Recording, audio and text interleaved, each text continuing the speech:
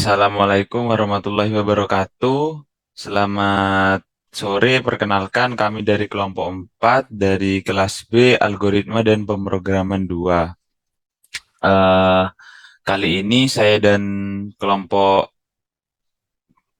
kelompok saya akan menjelaskan tentang knapsack problem dan minimum spanning tree yang ada di modul 6 dan 7.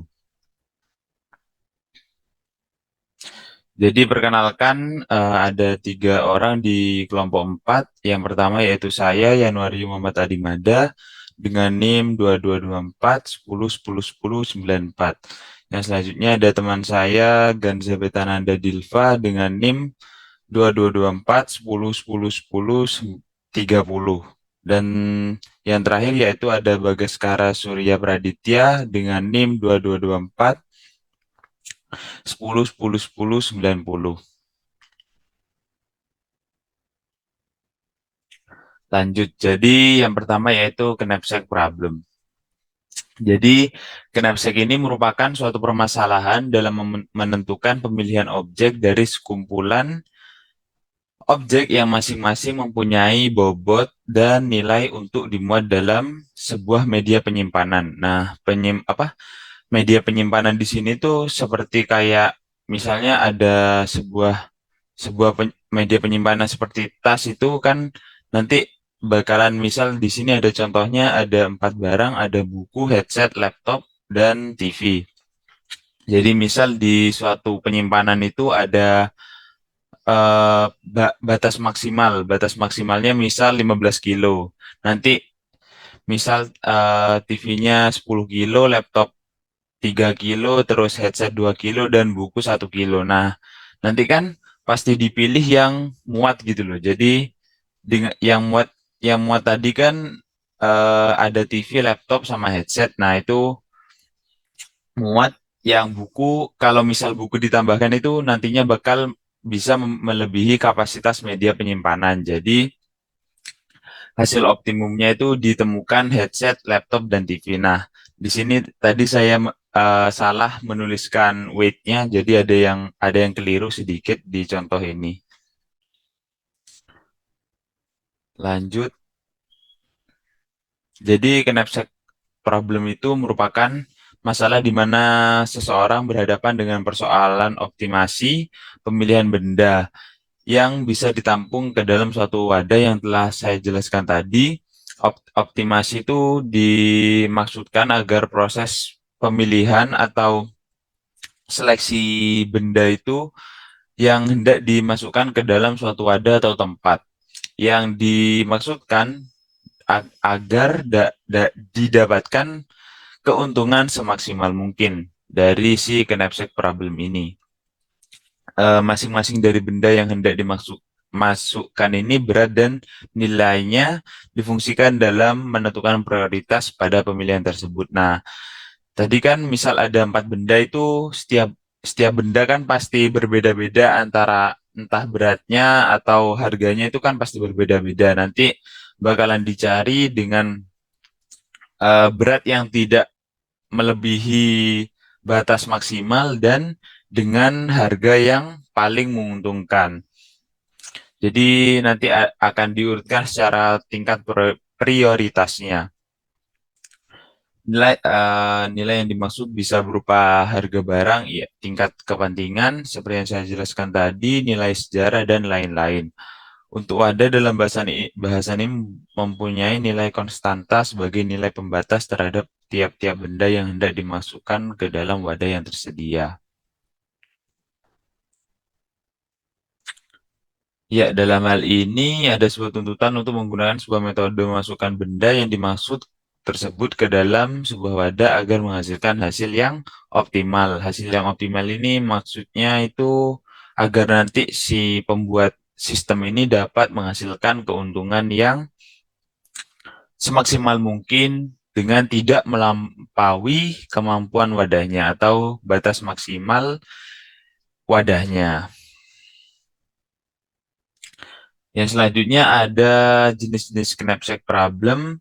Jadi yang pertama itu ada knapsack problem yang membatasi jumlah item yaitu 0 dan 0 atau 1. Di mana hanya terdapat satu buah dari setiap barang yang ada dan memiliki weight berat dan value ini apa? Harga di sini tuh harga maksudnya bersama dengan kapasitas berat maksimum knapsacknya, yaitu dilambangkan dengan W besar. Biasanya item itu tidak bisa diambil fraksinya alias barangnya itu tetap utuh sehingga pilihannya hanya ada dua antara dibawa atau tidak dibawa dan tidak melebihi kapasitas maksimum knapsack yang ada. Yang selanjutnya ada bounded knapsack problem. Jadi bounded knapsack problem itu membatasi jumlah item dengan jumlah tertentu. Yang dimaksud di sini tuh nggak hanya ada dari setiap item, jadi nantinya itu bakal dibatasi jumlahnya dari setiap jenis. Yang dimaksud contohnya itu kayak lebih dari satu buah selama jumlah barangnya tersedia dan tidak melebihi kapasitas maksimum wadahnya. Yang selanjutnya ada unbounded knapsack problem. Jadi di sini itu tidak ada batasan apapun. Yang dimaksud tidak ada batasan itu tidak menempatkan batas atas pada jumlah salinan dari setiap jenis item dan dapat dirumuskan seperti di atas kecuali satu-satunya batasan item adalah bilangan bulat yang non-negatif. Ya, yang selanjutnya ada knapsack problem menggunakan metode dynamic programming. Jadi dynamic programming sendiri itu merupakan metode pemecahan masalah yang menggunakan prinsip optimalitas dengan menguraikan solusi menjadi beberapa tahapan. Jadi nantinya bakal ada beberapa tahapan yang bakalan berpengaruh terhadap solusinya. Jadi solusinya dapat dipandang dari serangkaian keputusan yang saling berkaitan. Jadi perbedaannya dengan program linear yaitu banyaknya cara atau langkah untuk mencapai suatu fungsi tujuan. Kalau di pemrograman linear itu kan hanya ada satu cara, sedangkan di dynamic programming ini memiliki beberapa cara dalam mencapai fungsi tujuan. Fungsi tujuan di sini tuh yang apa ya? Yang ditujukan oleh si pembuat sistem pada awal pembuatan sistem. Pemrograman dynamic programming ini tuh nggak punya rumus rumus yang baku atau tetap karena tiap masalah itu kan pasti memiliki perumusan tertentu yang tidak sesuai antara satu sama lain dan sifatnya itu sangat berbeda-beda dan sangat majemuk. Jadi dynamic programming ini tidak memiliki rumusan yang pasti atau baku. Ini ada contoh lagi, misalnya ini gold dengan berat 5 kilo, diamond 5 kilo, terus ini benda merah dengan berat 8 kilo dan benda kuning dengan berat 4 kilo. Di sini kan contohnya ini di tas maksimal weight-nya itu 13. Jadi manakah nanti bakalan dipilih antara keempat benda ini yang memiliki beban tidak melebihi dari kapasitas maksimum dan memiliki value yang terbesar. Jadi nanti bakalan dipilih value yang terbesar dan tidak melebihi batas maksimum kapasitas dari tas itu sendiri, dari wadah itu sendiri. Ya, yang selanjutnya akan dilanjutkan oleh teman saya contoh soal. Oke. Paus.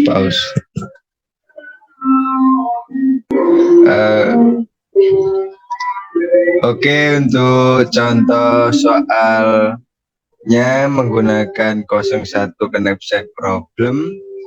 Ini merupakan implementasi dari knapsack 01 yang digunakan untuk mencari subset item dengan nilai maksimum yang dapat dimasukkan ke dalam knapsack. Dalam kasus ini adalah tas dengan kapasitas terbatas. Yang pertama adalah laptop harga 6 juta dengan berat 2 kg, buku harga 150.000 dengan berat 1 kg, TV dengan harga 3 juta, berat 3 kg, sepeda harga 2 juta dengan berat 10 kg. Barang apa saja yang bisa dimasukkan ke dalam karung jika karung memiliki kapasitas maksimal 15 kg.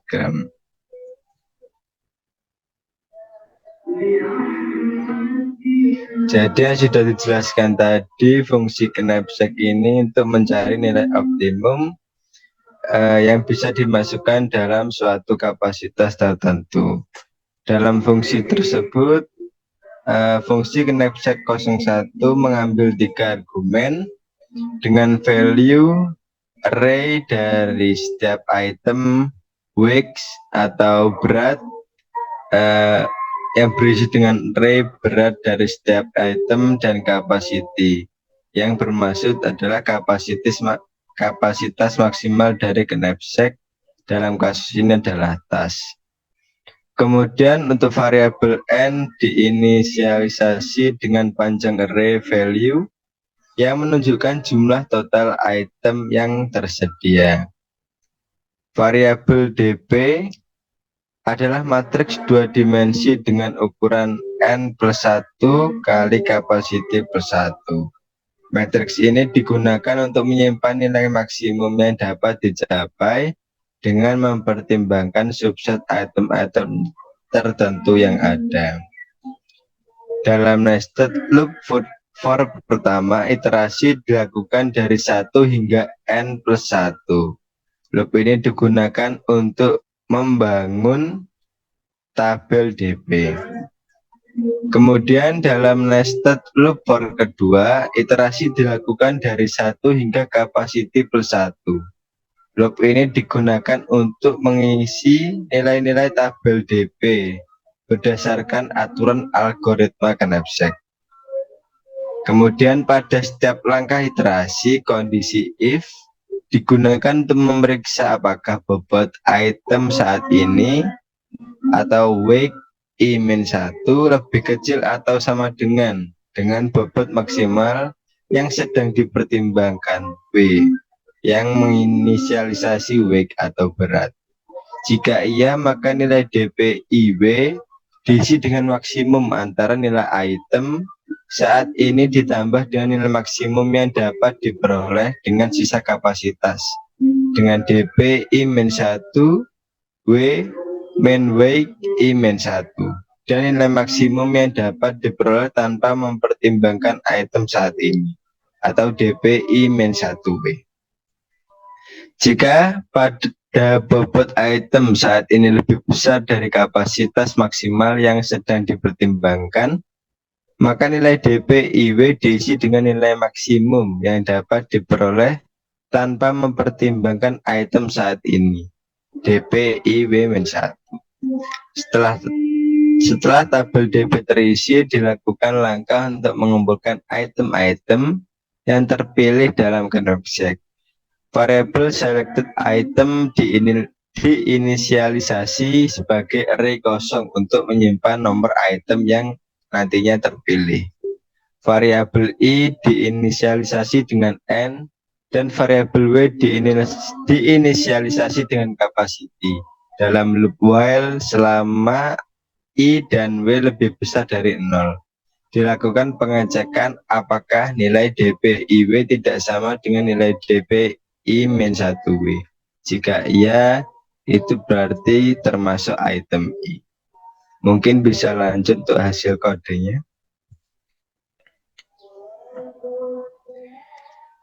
Nah, jadi untuk hasil print codingnya barang yang harus dimasukkan ke dalam karung, mungkin dalam kasus ini tas ya. Barang 4 dengan harga 2 juta dan berat 10. Barang 3 dengan harga 3 juta dan berat 3 kilogram, dan barang 1 dengan harga 6 juta dan berat 2 kilogram. Dari jumlah berat sudah menginisialisasikan kapasitas maksimum pada karung atau tas tadi, atau 15 kilogram, dengan optimasi harga yang terbaik dengan totalnya adalah 11 juta rupiah. Lanjut. Ya mungkin mau tak tambahin sedikit. Yang tadi ini kan ada, jadi kan udah terpilih 3 barang. Jadi barang 4, barang 3, barang 1 itu udah yang paling maksimal. Jadi barang 4-nya itu harganya 2 juta, beratnya 10. Tadi maksimalnya kalau nggak salah 15 kilo. Jadi barang yang kedua nggak kepilih karena ya kalau misal dimasukkan bakal melebihi kapasitas dari karung tersebut. Jadi buat kodenya itu kita masukinnya di sini, dan weight-nya itu udah langsung berurutan dengan kapasitas maksimalnya di sini di 15 kilo. Mungkin itu tambahan. Lanjut lagi di minimum spanning tree atau biasa disingkat MST. Jadi MST itu merupakan metode pencarian jalan terdekat atau biaya minimum untuk menghubungkan semua jaringan pada suatu garis secara bersamaan sehingga kita dapat memperoleh jarak minimum. Namun perlu diperhatikan bahwa simpul yang terhubung tidak boleh membentuk sebuah sirkuit. Lanjut, penerapan minimum spanning tree ini penerapan dalam kehidupan sehari-hari. Ada banyak contohnya, misalnya untuk analisis klaster, pengenalan tulisan tangan, pigmentasi gambar, pemodelan jaringan listrik dengan bobot panjang kabel minimum, pemodelan jaringan pipa PDAM. Nah, ini pemodelan jaringan pipa PDAM ini pasti kita sering temui dalam kehidupan sehari-hari. Ini misalnya di sebuah perumahan, misalnya di daerah Jember itu, pastikan rata-rata menggunakan si perumahan itu bekerja sama dengan PDAM, dan PDAM pastinya nanti menyediakan jaringan pipa-pipa yang nantinya bakal sangat efektif tidak membuang-buang anggaran si PDAM itu sendiri. Jadi itu dapat menggunakan MST atau minimum spanning tree. Yang selanjutnya ada pemilihan jalur dengan bobot pertimbangan dan untuk memperbaiki biaya jalan.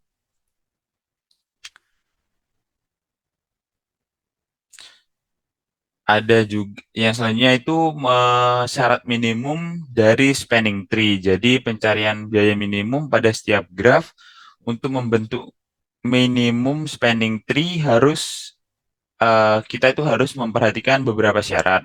Antara lain yang telah kita analisis itu ada 4. Ada grafnya itu harus terhubung, ruasnya masing-masing memiliki bobot, graf tidak berarah, dan yang terakhir tidak membentuk siklus, circle, ataupun sirkuit. Yang selanjutnya ada jenis-jenis dari cara penyelesaian MST, ada 2. Jadi ada algoritma prim dan algoritma Kruskal. Jadi yang pertama ada algoritma prim. Algoritma prim adalah proses pencarian pohon merenteng minimum dengan cara pengambilan sisi atau ruas garis dengan bobot terkecil pada setiap graf, yang mana setiap ruas bersisian dengan pohon merenteng minimum dan tidak membentuk sirkuit. Jadi selanjutnya itu ada langkah-langkahnya. Yang pertama, sisi G yang memiliki bobot minimum dimasukkan ke dalam T, sisi yang memiliki bobot terkecil UV yang terletak bersisian dengan simpul T dan tidak membentuk sirkuit di T ditambahkan ke dalam T. Langkah pertama dan kedua diulang sebanyak N-2 kali. Algoritma Kruskal. Pada algoritma Kruskal ini, proses pencarian data akan diawali dengan pengurutan bobot pada setiap sisi graf dari bobot terkecil hingga graf dengan bobot terbesar. Jadi sisi-sisi yang telah diurutkan itu akan nantinya bakalan membentuk hutan yang mana masing-masing pohon di dalamnya hanya akan berupa satu buah simpul yang disebut dengan hutan renteng atau spanning forest. Jadi langkah-langkahnya itu ada 3. Yang pertama, semua sisi pada graf diurutkan berdasarkan bobotnya terlebih dahulu. Setelah itu pengurutan dilakukan dari sisi dengan bobot terkecil hingga sisi yang memiliki bobot terbesar. Sisi yang memiliki bobot terkecil dan tidak membentuk sirkuit ditambahkan ke dalam T, dan yang terakhir, langkah kedua diulang hingga pohon. Langkah kedua ini nanti diulang hingga pohon merentang minimum dapat terbentuk. Ya, yang selanjutnya akan dijelaskan oleh teman saya. Oke, terima kasih penjelasannya. Saat ini saya akan melanjutkan penjelasan dari teman saya yang sebelumnya. Penyelesaian MST dengan algoritma Kruskal. Langkah-langkah pencarian menggunakan algoritma Kruskal adalah sebagai berikut. Yang pertama, semua sisi pada graf diurutkan berdasarkan bobotnya terlebih dahulu. Pengurutan dilakukan dari sisi dengan bobot terkecil hingga sisi yang memiliki bobot terbesar. Kedua, sisi yang memiliki bobot terkecil dan tidak membentuk sirkuit ditambahkan ke dalam T. Yang ketiga, langkah kedua diulang hingga pohon merentang minimum terbentuk, seperti yang terdapat pada gambar ilustrasi di bawah. Next.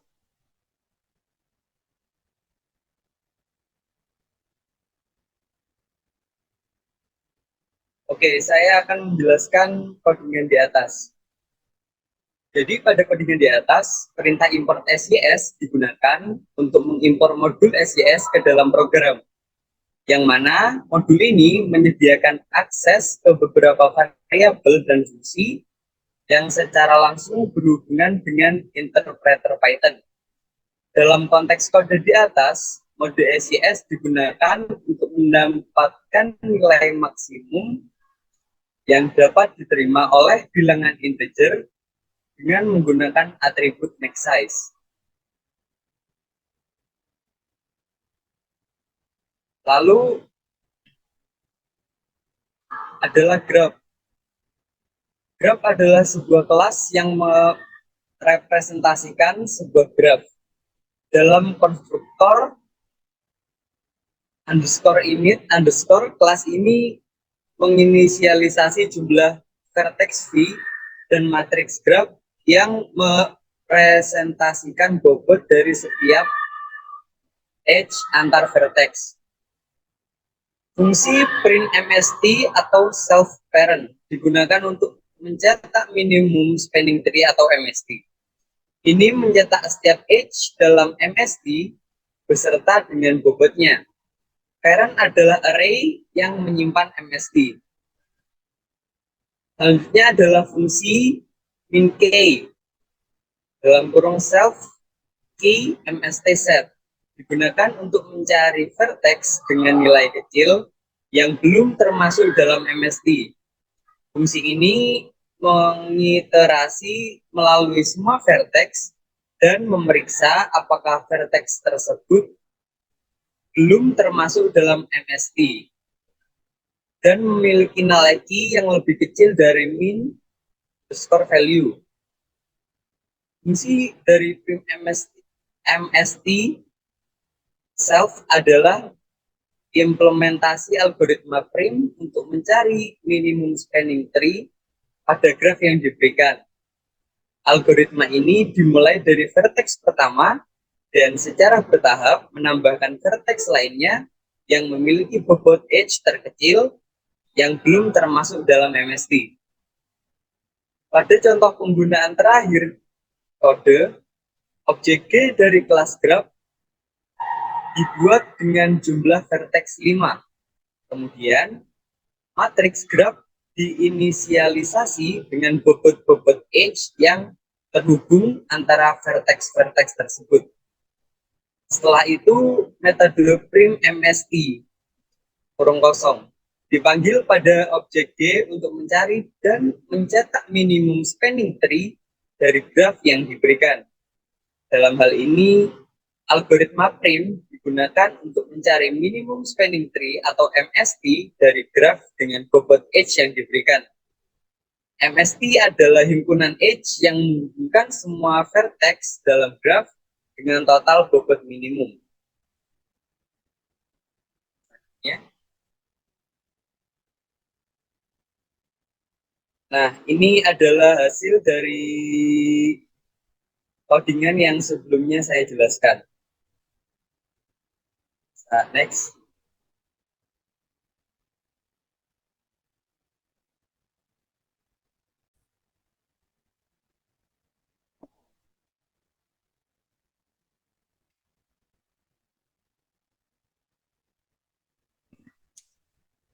Ya, jadi mungkin itu dari kelompok 4 algoritma dan pemrograman 2 kelas B. Eh, Mungkin itu saja yang dapat kita bertiga sampaikan. Terima kasih telah menyimak keseluruhan video ini. Wassalamualaikum warahmatullahi wabarakatuh. Selamat sore. Terima kasih.